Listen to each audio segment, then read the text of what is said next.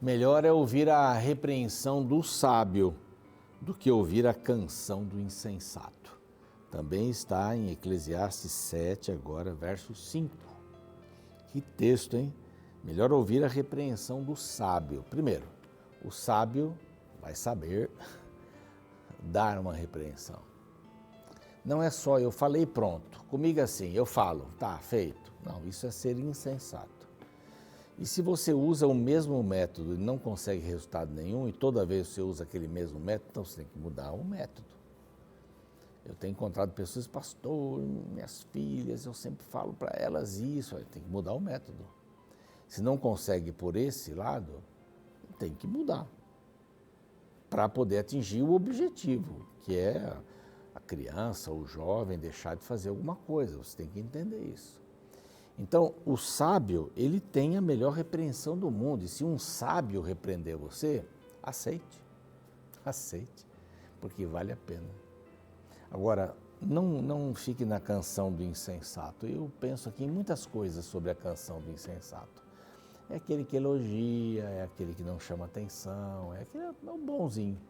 Infelizmente, quando pais se separam, alguns, isso, olha, se você passa por uma situação dessa, muito cuidado. Você começa a falar mal do outro, para a criança, para o filho, para a filha. Isso daí é um veneno. É um veneno muito grande. Você está sendo insensato, insensata. Ex-marido, ex-mulher, ex-esposa, existe. Mas ex-pai nunca. Ex-mãe não. Não deveria, pelo menos. Não é? Mas essa canção do insensato é alguém que usa qualquer expediente para conseguir o que ele quer. Ou, não é, nesse caso de separação, pode fazer tudo. Aqui na casa do pai, pode fazer qualquer coisa que você quiser. Está deseducando. E aí na casa da mãe não pode, ou vice-versa também. Então, que história é essa, né? O insensato é o que aceita qualquer coisa. Aceitar uma pessoa do jeito que ela é ser respeitoso. Mas ajudar essa pessoa a enxergar alguma coisa, se você entra numa festa lá com um risco aqui ou com a gravata torta, não é justo chegar assim, ó, sua gravata está torta. Opa, obrigado. Esse é o conselho sábio, né? Muda. A palavra de Deus é encantadora, e a gente fica feliz. Este programa aqui, ele tem como objetivo estudar com você um capítulo da Bíblia por dia. A gente quer estudar com você, não é? Do jeito que você quiser. Lá no YouTube, nosso canal Reavivados por Sua Palavra NT, nós temos toda a Bíblia gravada. Você pode começar onde você quiser. Tá? Se quiser começar hoje, em Gênesis, tem ali. Se você quiser ir para o Spotify e para o Deezer, nós temos de Gênesis até agora também. Não há problema nenhum. Temos aí o Antigo Testamento. Eu quero estudar o Novo Testamento. Não há problema também. Estão lá todos os capítulos, desde Mateus até o Apocalipse, para você poder crescer espiritualmente. Este é o objetivo do programa. Por isso a gente está em tantas mídias sociais e ainda no NT Play, que tem outros conteúdos além da televisão. E estamos na televisão às 6 da manhã e na repetição às 3 da madrugada do outro dia. Então, você tem aí uma bandeja cheia, né, para você escolher o método ou o jeito para estudar a palavra de Deus. Essa é uma sugestão, mas o importante é você estudá-la, tá bom? Não deixe de estudá-la. E nós temos um grupo muito querido que nos apoia com suas doações, são os Anjos da Esperança. Se você quiser se tornar um Anjo da Esperança também, é muito simples, basta mandar uma mensagem para este WhatsApp aqui, tá bom? Como é que faz, tal, você vai receber todas as orientações. E graças aos Anjos da Esperança, nós podemos dar vários materiais gratuitamente para você. Um deles é esse aqui, esta revista que fala sobre oração. É um tema importante. Oração é um tema importante. É a maneira como você se comunica com Deus. Mas Deus está me ouvindo? É o título aqui. Claro que está ouvindo. Claro que está ouvindo. Não há nenhuma maneira que possamos agir que Deus vai dizer assim, não vou mais ouvir você, pronto, chega. Quando você não quer mais falar, aí é como se ele não pudesse mais ouvir você. Mas fale ao Senhor. E aqui você vai conhecer um pouco mais sobre esse tema. Outro WhatsApp aqui para você entrar em contato, beleza? Vamos então agora para o capítulo 6, depois do intervalo, capítulo 6 do primeiro livro de Crônicas. Então não sai daí, que a gente volta já já.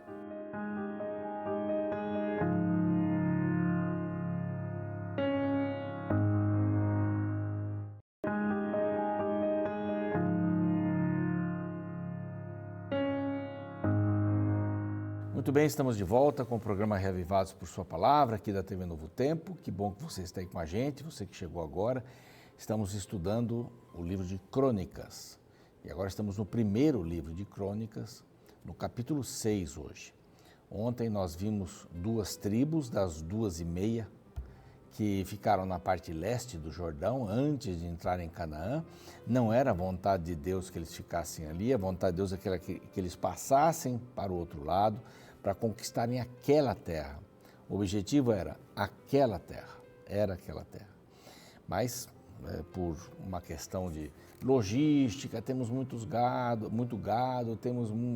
precisamos de muita pastagem e tal, então vamos ficar por aqui, a terra é boa para a gente. Eles ajudaram o povo a conquistar várias cidades, mas essa distância não foi a vontade de Deus, né? E agora, nesse capítulo, é exclusivo de Levi. Você percebe que nós não estamos numa ordem, né, de mães ou uma ordem de nascimento e tal. Aqui a pegada agora vai ser Levi. Levi, juntamente com Simeão, homens violentos, não é? Uma tribo violenta. Aqui a gente divide a tribo de Levi em 3 partes, verso 1, né? Em 3 grupos: Gerson, Coate e Merari. Os filhos de Coate, os coatitas, vão sempre aparecer em primeiro lugar, porque dessa tribo vieram os filhos de Arão, não é? Arão e Moisés, é a tribo de Moisés. Moisés é levita, não é? Ou foi levita. Então, aparece sempre nessa ordem. E uma coisa interessante também, de Coate aparece aqui no verso 8, Zadok e Ahimaás. Lembram-se desses camaradas aí? Zadok foi um sacerdote fiel. E Ahimaás foi aquele que não viu a morte de Absalão e pedia para Joabe para ir anunciar ao rei que eles tinham ganhado a guerra. Ele nem sabia o que tinha acontecido. Ele não estava lá, não viu. Viu um alvoroço, todo mundo feliz, mas não tinham ganhado a guerra. Então eu vou, não, mas já foi o Cuxita, que era alguém que conhecia bem as matas, né? Eu estava indo pelas matas, não, mas eu quero correr. O Joabe falou, então vai, corre. Sem mensagem, vai falar o quê? E quando chegou diante do rei, chegou primeiro, foi pelo caminho mais bonito e tal, aberto. E quando chegou diante do rei, ele não sabia o que falar. Ele não tinha mensagem. Chegou o Cuxita, dá a mensagem certinho, do jeito que ele devia dar. O filho do rei tinha morrido. E ele se tornou importante, foi agente secreto para algumas coisas, algumas missões ali. Então, ele aparece aqui também. Então, essa primeira parte são os filhos, né? Os filhos desses, de Coate principalmente. Do verso 16 em diante, novamente, fala dos 3 clãs de Levi: Gerson, Coate e Merari. Dá uma palavra aqui dos filhos de Gerson, já que os filhos de Coate já foram mencionados. Gerson aparece aqui, uma palavrinha rápida aqui a respeito de Coate, para pontuar que Eucana fazia parte da família de Coate. E, consequentemente, Samuel fazia parte da família, né? O profeta Samuel fazia parte da família. Então, você vê, vários momentos eles colocam pessoas muito importantes para poder dar aos que viveram 70 anos no cativeiro esta visão. A gente precisa ter modelos na vida, né? A gente precisa ter modelos na vida. Eu me preocupo muito com os modelos que a gente está criando até para os próprios filhos, né? São modelos do futebol, do esporte. A gente vê lá o camarada, tem uma menina aqui, pega uma outra ali, questão de imposto de renda para cá, imposto de renda para lá. Que modelos nós estamos dando para os nossos filhos, né? Às vezes incentivamos tanto para um determinado... Fica diante da TV e num desenho, né? Um modelo, aí tem um desenho animado aí que tem uns porquinhos e tal, onde o papai é bem bobão, né? É bem bobão, e a gente está lá, que belezinha, que modelos nós estamos dando para os nossos filhos. Séries aí, Família Moderna bem confusa, tem gente bem atrapalhada ali, a Família Moderna é assim, tem gente de tudo quanto é jeito. Então, é um modelo que a gente está dando. Qual é o modelo? Uma cantora que cantoras e cantores, há os bons também, claro, mas alguns que têm uma cabeça voltada para o nada, não é? Cheia de coisas ruins e tal. Quais os modelos nós estamos vendo? Quais as músicas que nós estamos ouvindo? O que isso tem feito na minha vida? Aqui, o cronista está preocupado em dar modelos para o povo. Ele fala de Jabez, ele fala aqui da família de Eucana, vai apontar para Samuel. Ele fala sobre diversos momentos aqui, fala de Adão, fala de Noé, fala de Abraão, de Sem, né? Os semitas, depois fala de Abraão, depois fala de Isaac, fala de Jacó e Esaú, e vai pegando alguns modelos e vai coloca os das tribos. Muitos que estavam lá no cativeiro, a gente tem que ter sempre esse contexto do cativeiro, viu? Estão voltando do cativeiro. Muitos que estavam lá não sabiam a respeito das tribos que desapareceram. Algumas tribos vão desaparecer. Tribo de Rúben vai desaparecer. As tribos que ficam são Judá, um pouquinho lá de Simeão, Benjamim, que fecha como tribo com Judá, e poucos elementos de outras tribos, mas as tribos desaparecem. Por isso que fica Judá, judeus. Essa é a linha que vai ser seguida aqui. Então aparece Merari também, com seus filhos aqui e tal. Fala de Samuel, né, no verso 28. Aí vai dizer dos cantores. Olha, isso aqui era uma maravilha. O cântico lá da Babilônia era um cântico triste. Eles cantavam cânticos tristes. Eles queriam voltar. Tanto é que o Salmo 126, né, quando voltamos, saímos e voltamos para Sião, era uma alegria só. Estavam sonhando. Os outros olhavam para a gente, o Salmo diz, e diziam: grandes coisas fez o Senhor por esse. E fez mesmo. Então, quer dizer que o retorno foi positivo, mas essas histórias precisavam ficar na mente dos filhos, das pessoas que estavam ali, ouvindo constantemente essas histórias maravilhosas. O Samuel foi um grande líder. Bom, ele vai começar a aparecer aqui, porque ele vai entrar logo aqui com Davi, né? Se tornaram super parceiros aí. Vai falar sobre os cantores, né? Entre os levitas que cuidavam dessas questões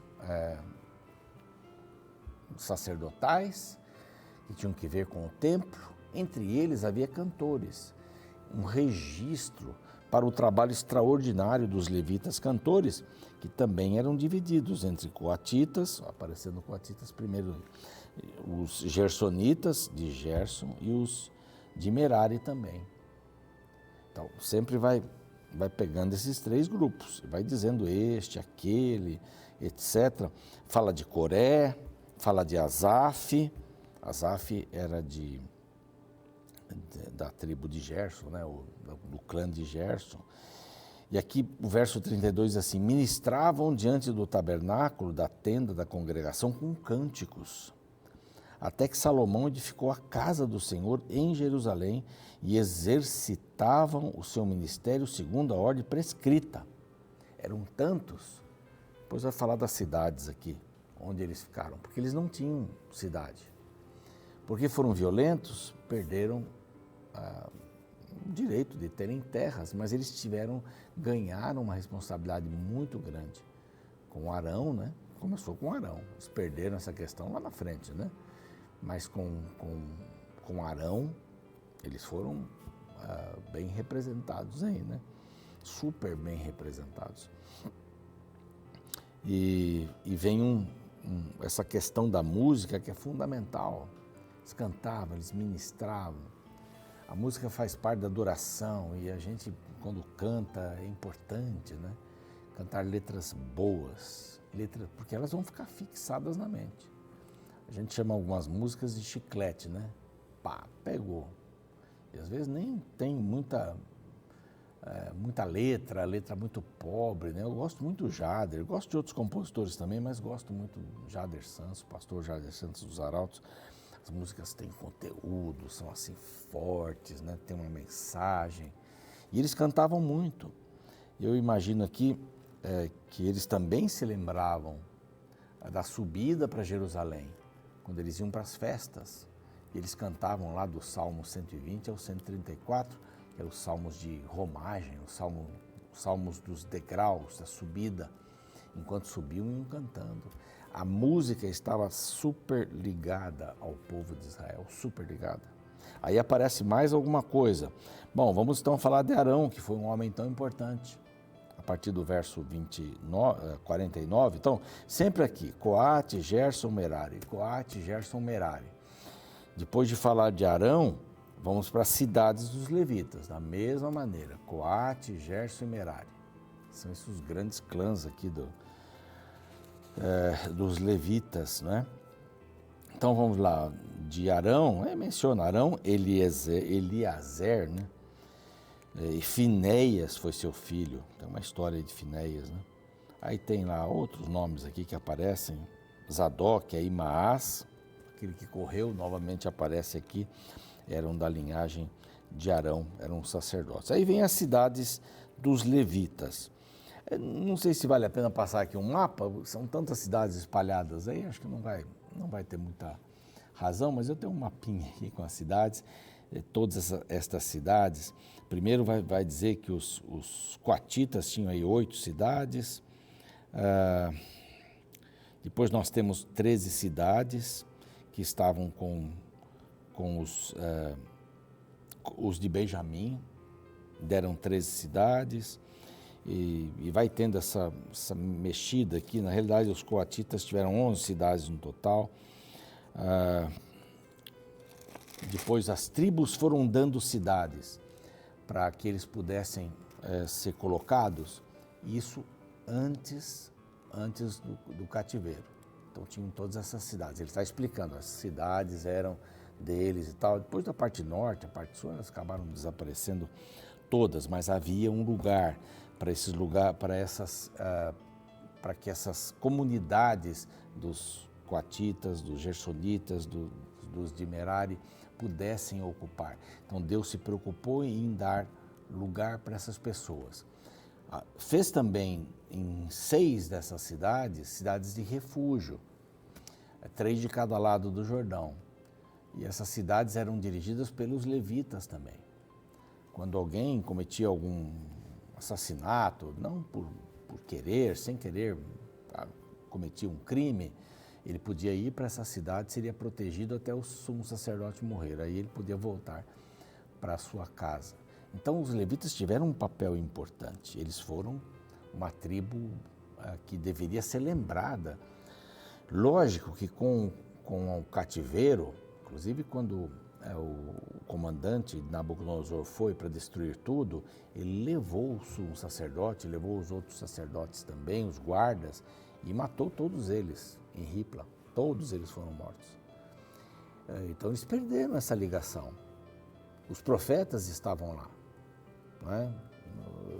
Profetas que davam seu apoio, contavam as histórias, falavam a respeito da vontade de Deus, mas eles foram perdendo esta visão dos sacerdotes que eram fundamentais para essa economia toda espiritual.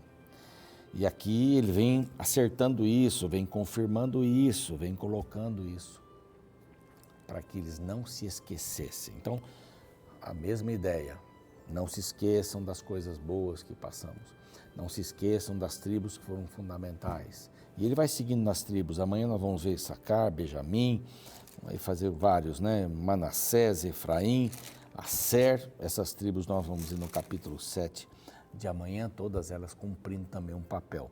Não se esqueçam de que, mesmo que as tribos não estejam mais conosco, essa ideia do cronista, elas existiram, fizeram parte do povo de Israel, que foi completamente destruído. Aqui é para manter a história. Muito importante isso. Exemplos e histórias. Vamos orar? Pai querido, pedimos a Tua bênção, que possamos ser bons exemplos para as pessoas, para os mais jovens, que possamos ser bons exemplos para os filhos, as filhas que temos, e também possamos dar bons exemplos ou colocar pessoas que sejam exemplos e que tenham valor nas suas ações, na sua vida. O mundo está cheio de pessoas que comercialmente são importantes e muitos querem segui-las, mas não têm uma vida moral que possa valer como um exemplo para muitos mais novos, meninos e meninas. Então que o Senhor nos ajude a buscarmos esses bons exemplos e, acima de tudo, sermos bons exemplos. Em nome de Jesus. Amém. O programa segue, a gente fica por aqui. Amanhã a gente volta com o capítulo 7.